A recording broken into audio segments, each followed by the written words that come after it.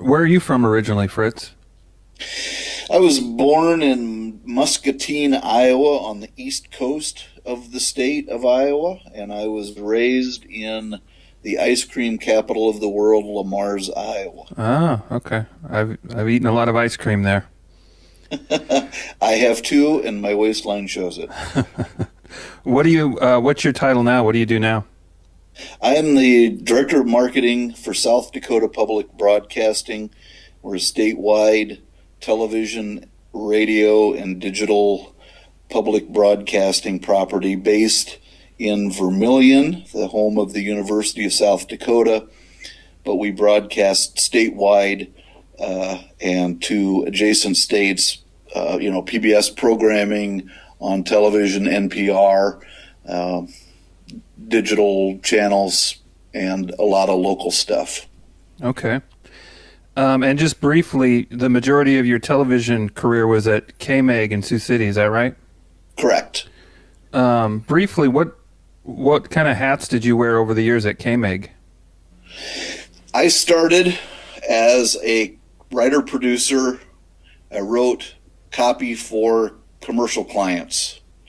I started there. I had been a copywriter at a radio station, earning all of $9,200 a year. And when I got my job at KMEG, I was being paid $12,500 a year, and I thought I was rolling in dough. Oh, you hit the big time.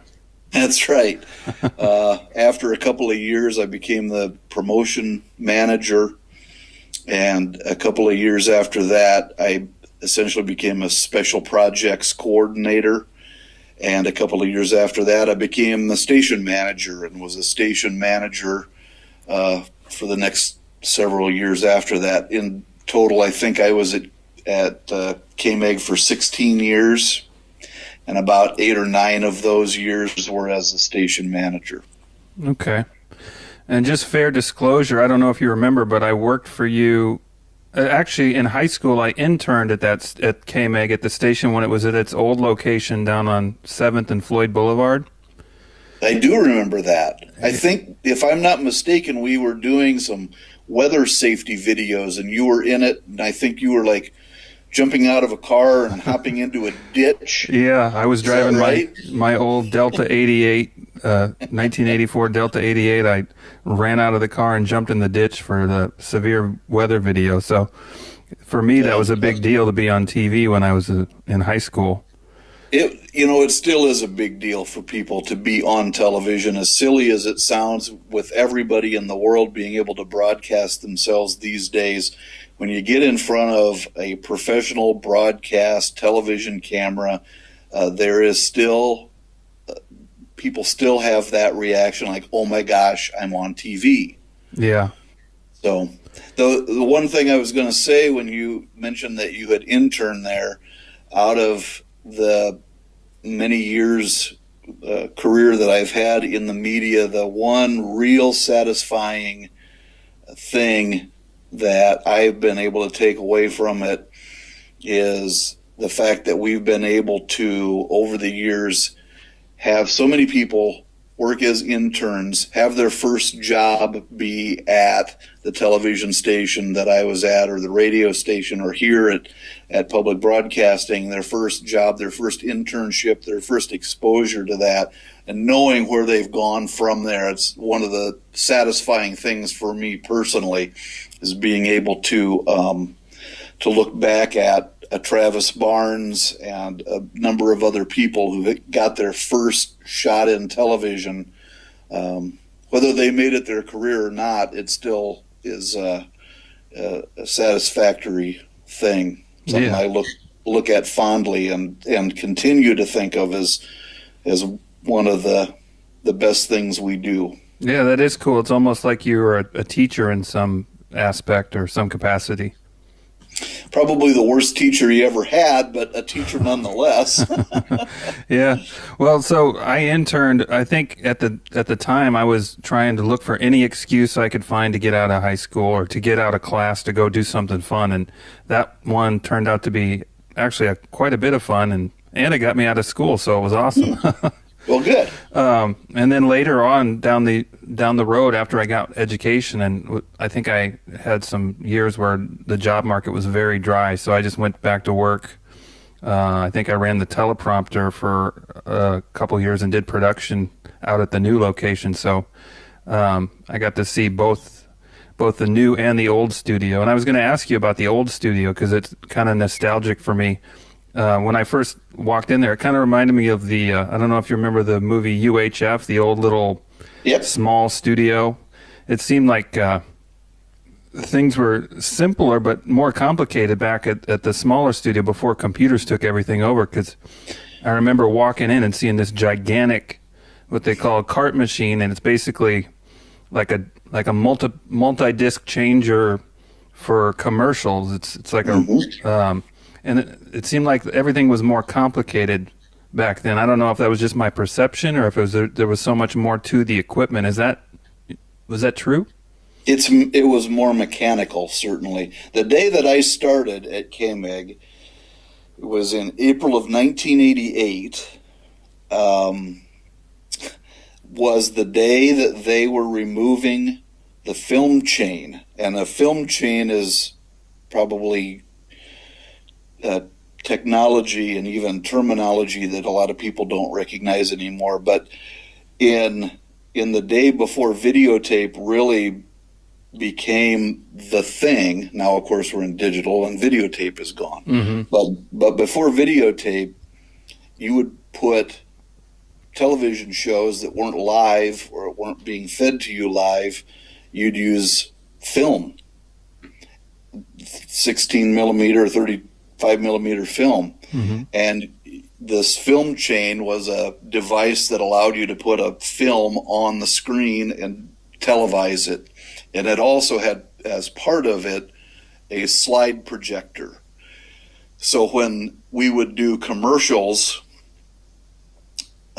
up to a certain point anyway, the way that it worked is that there would be an audio cart, which looked a lot like an 8-track tape. Mm-hmm.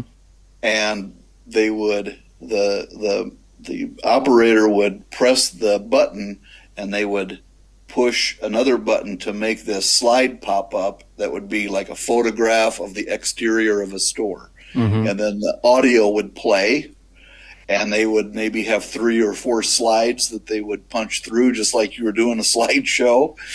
And then that audio would be done, and they'd switch to the next thing. So the day I started was the day they got rid of film at our station. It probably had been long gone at most stations by then anyway.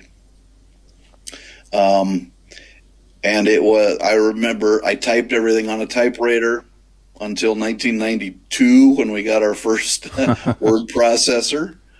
And I remember arguing for the fact that we needed a second fax machine. But you're right in that the equipment, it required people with different skills and more people in the operating part of the process. And when you had more people in the operations, you had fewer people as a result in the content creation area. So it took really more people to do the production side of things than it does now. Precisely.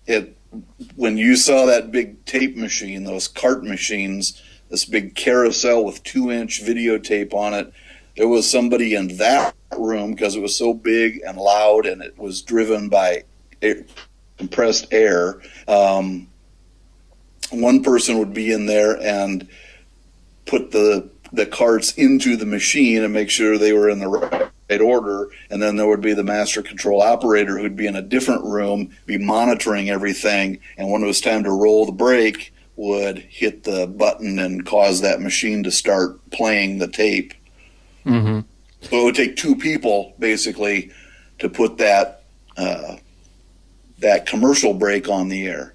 Today at South Dakota Public Broadcasting, we have 3 channels that we broadcast. We have 1 person in charge of that, everything's digital and everything goes out over the air simultaneously, and it sort of takes care of itself in a way. You still have to monitor it and make sure that the right thing is being pushed out. But so you went from operators that were actually doing the task to more people now just babysitting the equipment to make sure it doesn't fail?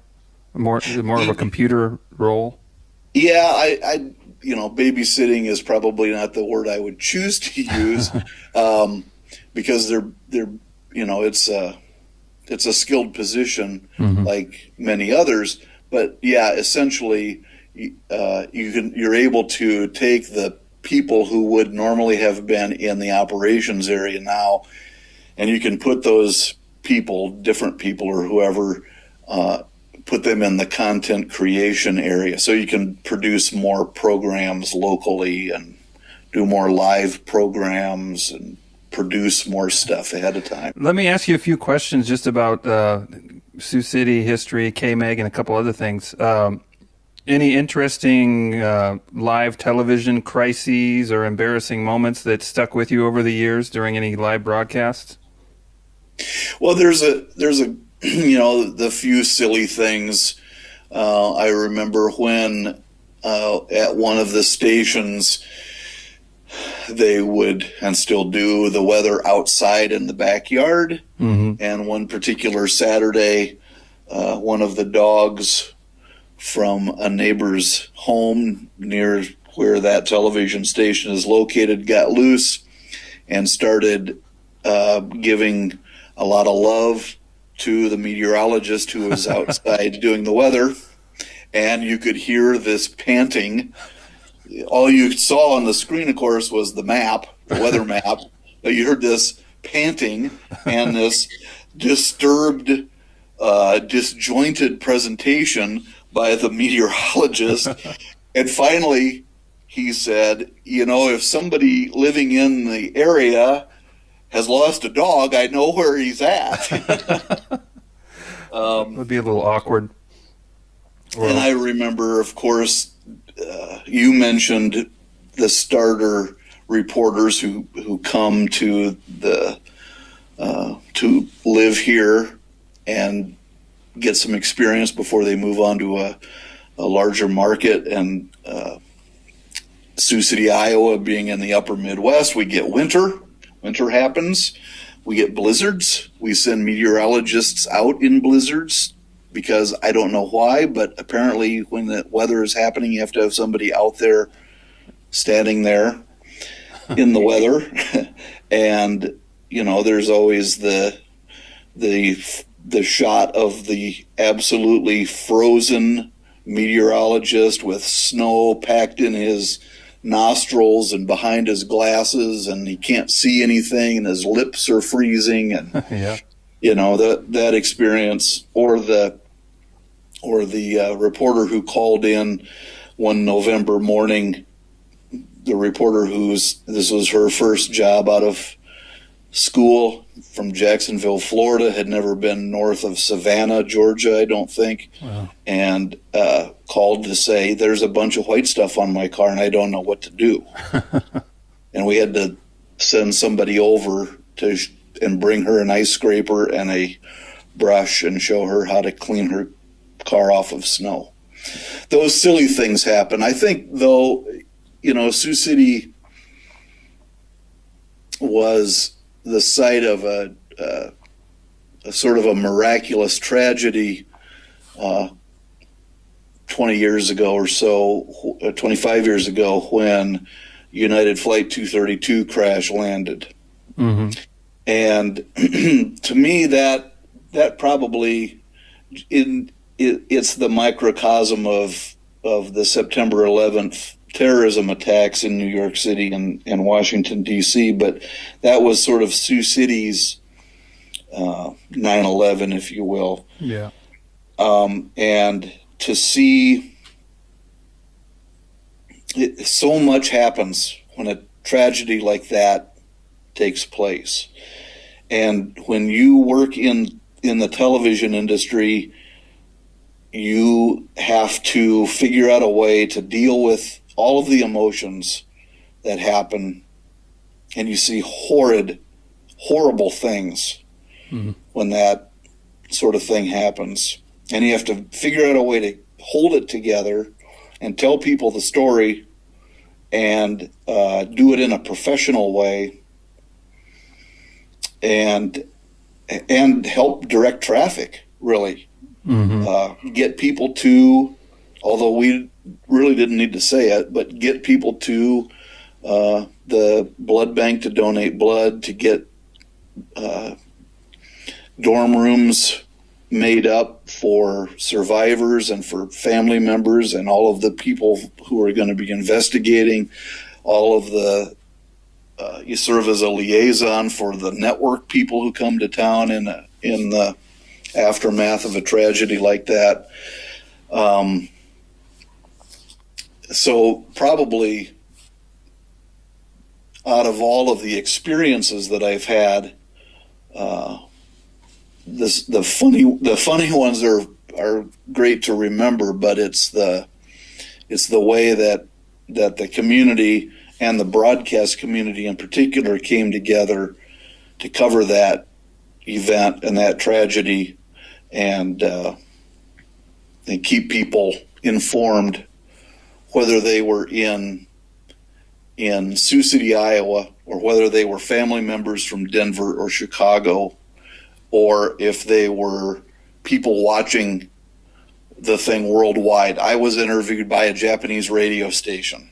I don't know why, but they got the phone number. I answered the phone. I'm on the air with a radio station in Japan talking about what we knew about the tragedy. So that was the process that we went through.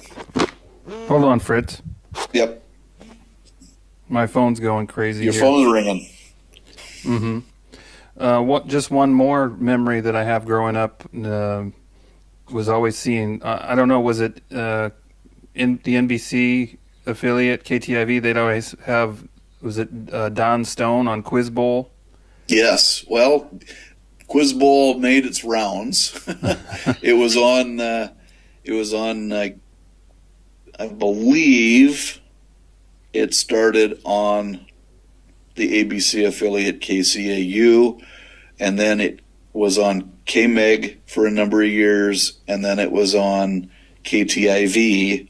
Don Stone was the host when it was at its first two stations. So Don was the host at KCAU and then at KMEG, and perhaps briefly when it was at KTIV, and then another host took over. Don had been a newsman, had been a radio guy, and became the news anchor at KTIV when KTIV, the NBC affiliate, went on the air. He is famously the person who told Tom Brokaw that he would never amount to anything. Tom was a kid who grew up around Yankton, South Dakota, went to the University of South Dakota, and one of his first TV jobs was at the NBC affiliate in Sioux City, Iowa, and Don Stone said, I don't see it. You should find some other profession because this isn't going to work out for you. And Don would, of course, years later when he would flip on the TV and see the NBC Evening News with Tom Brokaw, would laugh about it and say, well, you don't get every one of them right. Yeah, it made for a good story. Yeah, that's right. It wouldn't have been nearly as interesting if he said, Tom, you're going places. Yeah. That's not a story. The story is, I told Tom Brokaw that he stunk. Yes. I think that covers most of the stuff I had. The only other thing I was remembering back to when KMEG was called the home office for the David Letterman show. Yeah. And I read. I think it's on Wikipedia that it says KMEG was one of the last holdouts to not air the Letterman show when it premiered. Is that the reason why they called Sioux City the home office for a while? That's here's exactly what happened. Our general manager was a gentleman by the name of Bruce Lewis. Bruce was an extremely good manager, and he was also he stuck to his guns. He had a belief, and he followed through on his belief. When CBS made the announcement that David Letterman was going to move from NBC to CBS and take over the 10:30 time slot, at the time we aired Star Trek. Mm-hmm. And I'll be honest, it sounded silly at the time, but he said, look, we're getting good ratings with Star Trek.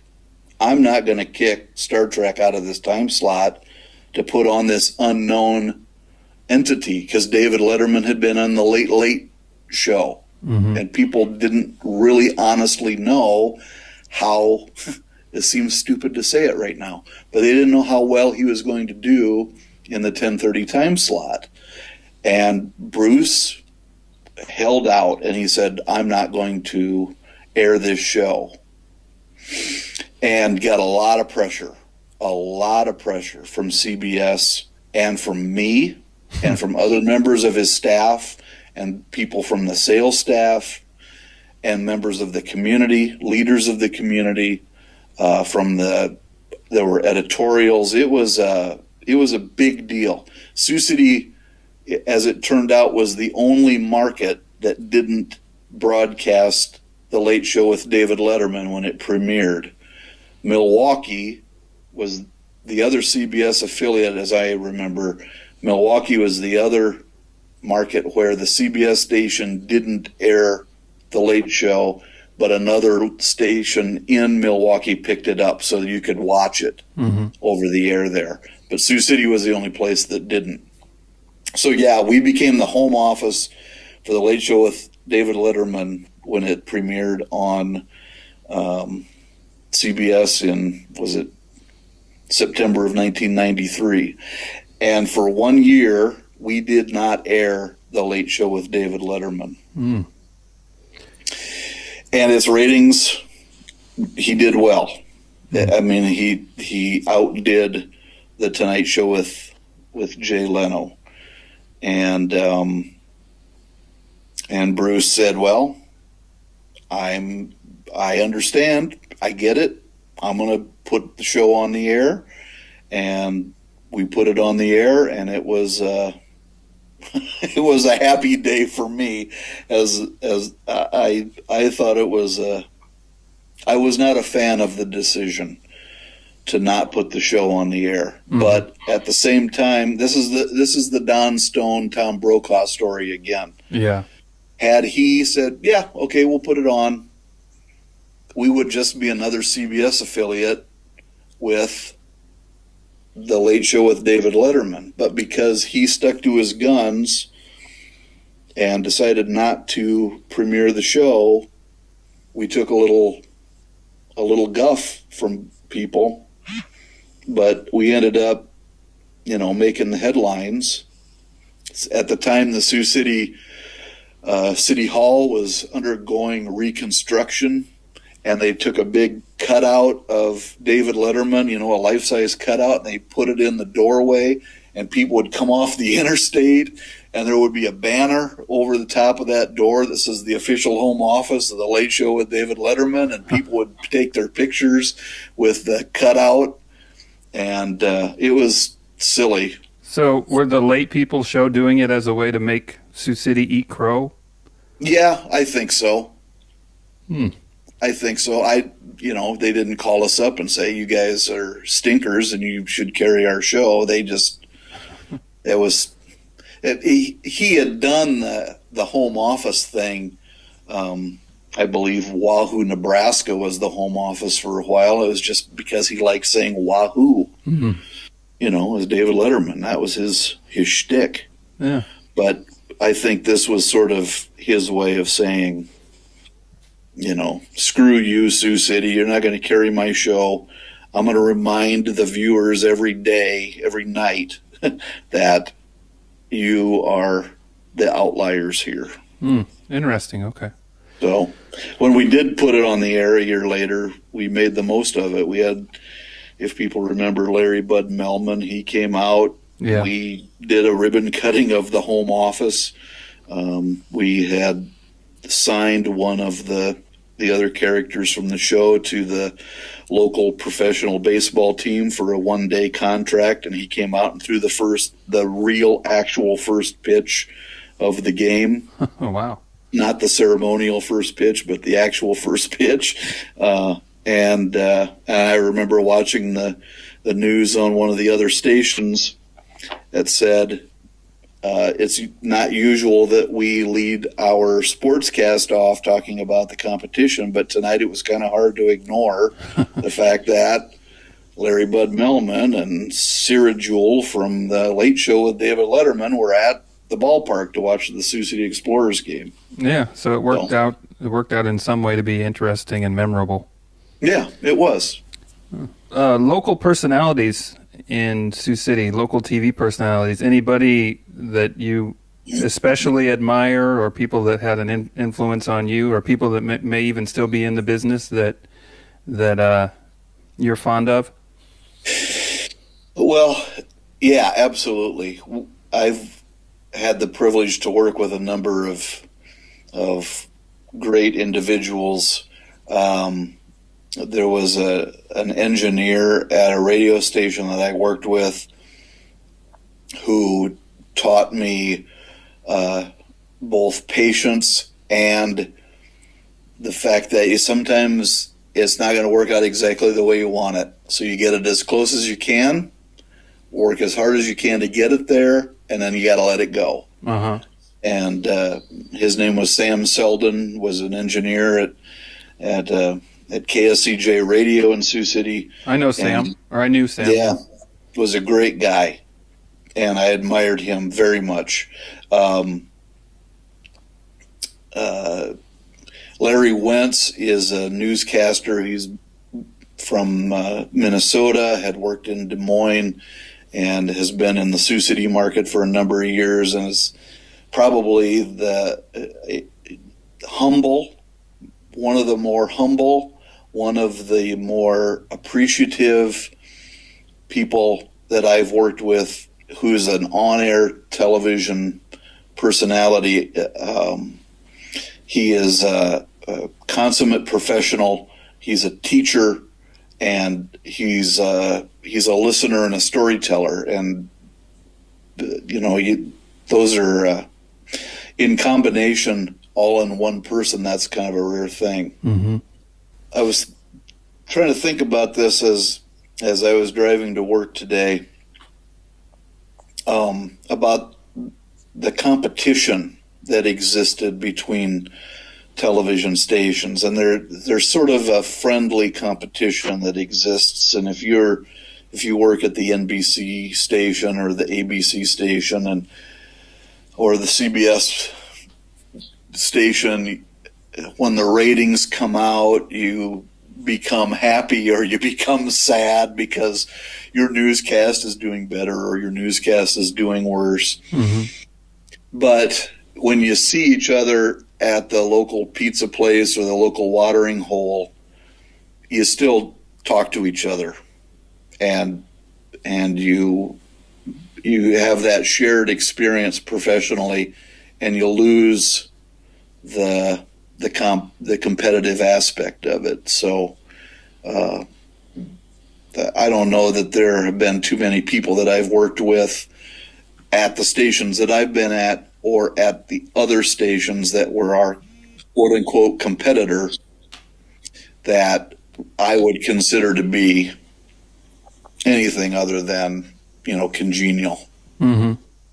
I did notice that working in the few years that I worked in the TV production business, you'd see people from other stations going out bowling together, drinking together. Yeah.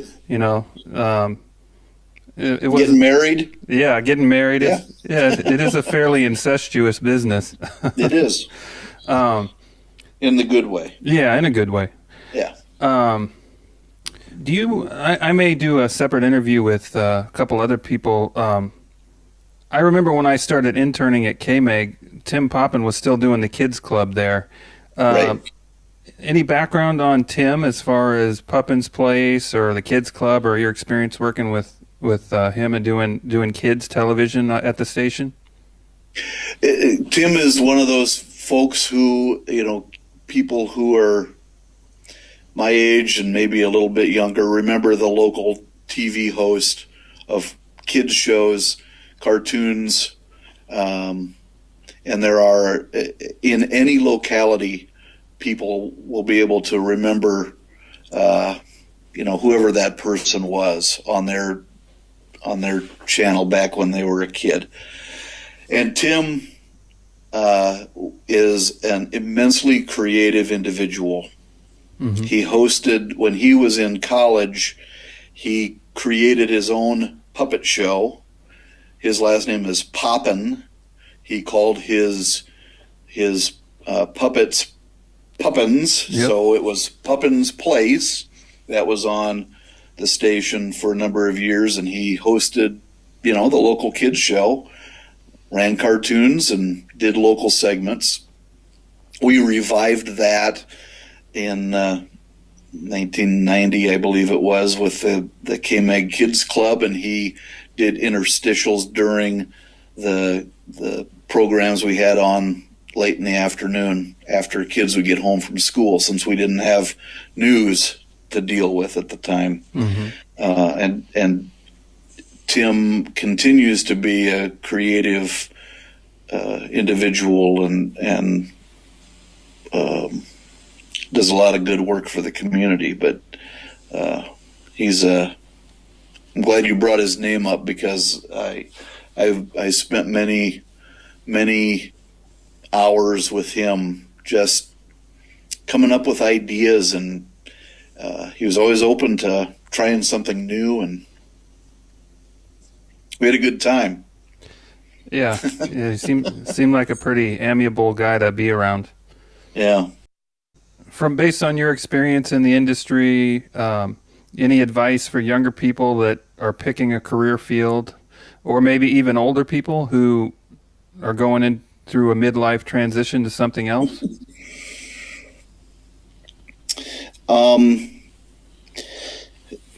As far as getting into television or broadcast per se, I would say that it is still an opportunity for people who are curious, who are interested in knowing how the world works, and who can articulate that story to a large number of people and make it interesting. It's a great place to work. There are a bunch of great places within the industry to work. There's a bunch of not so great places to work. If you can find a good company, a good organization, a good manager, and somebody that'll let you play a little bit and experiment, you can still make a career out of it. We don't drive Rolls Royces and Mercedes Benzes. You're not going to get rich in the broadcast world. That was the first thing that they said when I attended my first mass communications class. You're not going to get rich doing this, but you'll love it. Mm-hmm. And that's happened. I'm not rich in money or possessions, but I think it's been a rich experience, and I'm not hanging it up. I still got a number of years left in me. Yeah.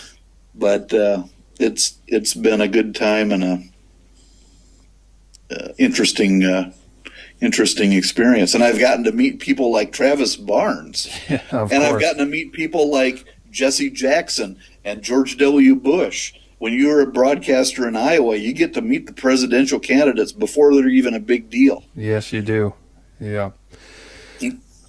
Well, I want to say thanks, Fritz, for talking to me. It's been informative and interesting, and I've always had a soft spot in my heart for TV, and I just always have good memories of working around you and under your management the times that I was interning and working. So thanks for talking to me and giving me a little bit of your slice of the world.